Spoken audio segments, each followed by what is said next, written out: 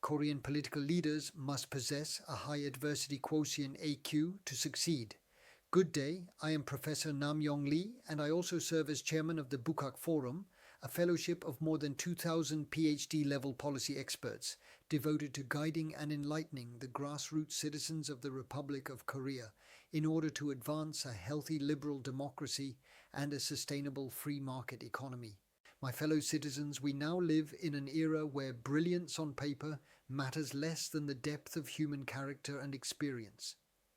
If IQ, the intelligence quotient, measures intellect, and EQ, the emotional quotient, reflects empathy, then AQ, the adversity quotient, has emerged as the defining index of leadership.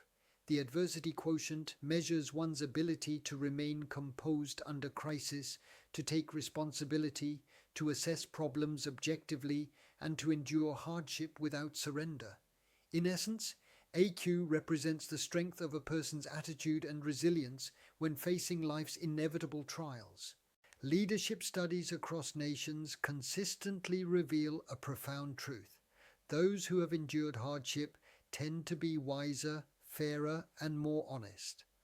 According to a joint analysis by the Organization for Economic Cooperation and Development, the United Nations Development Programme, UNDP, and the Harvard Center for Leadership, leaders who have extensive experience overcoming adversity maintain an average public trust index 2.4 times higher than that of ordinary leaders in terms of policy consistency and moral integrity. This proves that the dignity of a true leader does not arise from academic pedigree or career prestige, but from the inner strength forged through hardship and perseverance. Integrity is not innate. It is a virtue born only from struggle, discipline, and the courage to confront pain. Yet, tragically, our society still clings to hierarchical thinking based on credentials and suffers from an inferiority complex rooted in academic elitism. We judge people by the schools they attended and the regions they come from, while the true qualities of leadership, patience, morality, and empathy are pushed aside. As a result, our society's rational judgment becomes distorted, and truly capable individuals lose their rightful place.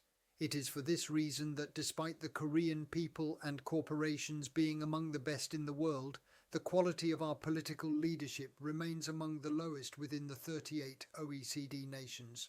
When we choose our leaders, we must no longer look at their resumes, but at the trajectory of their adversity.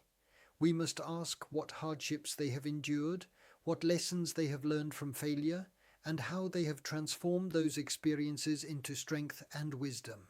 This principle of evaluating leaders by the arc of their adversity is the world best practice adopted by advanced democracies. In the United Kingdom, every candidate for high public office is required to submit a written adversity case report detailing how they have faced and resolved crises. In the United States, the federal leadership program includes behavioral event interviews that focus specifically on past failures and lessons learned. The OECD's public integrity guidelines define conflict of interest prevention and internal transparency as universal standards, while ISO 37001 establishes frameworks for anti-corruption management, and ISO 30414 mandates disclosure of leadership ethics indicators. These systems represent the evolution of leadership from a mere moral declaration into an institutionalized, evidence-based framework of evaluation. For a nation and society to become truly advanced, the standards by which it selects its leaders must also be advanced. The adversity quotient is not a number that explains fate or personality. It is the muscle of honesty, the DNA of responsibility, and the training record of fairness. Only those who have overcome hardship can truly understand the pain of others and dedicate themselves to the public good. When evaluating leaders, the people of Korea must now ask 4 fundamental questions. Has this person ever faced real adversity? Did they fulfill their responsibilities even amid suffering? What have they learned and reflected upon from their failures? And have they given back those lessons to society and the nation? These 4 questions form the moral compass, for measuring a leader's adversity quotient.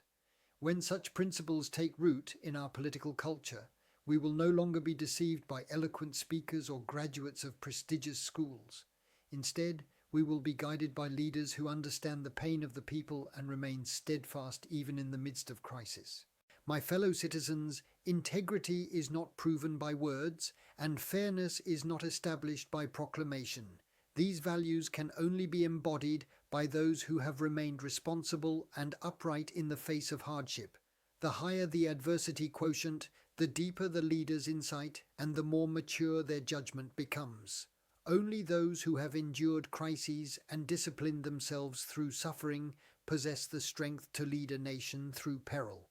For Korean politics to be truly renewed, the perspective of its people must change. We must no longer admire the polished resumes of our politicians, but rather the wisdom that blossoms from their scars. A leader refined by adversity is the one who can safeguard liberal democracy, unite the people, and restore the dignity of the nation. Thank you very much.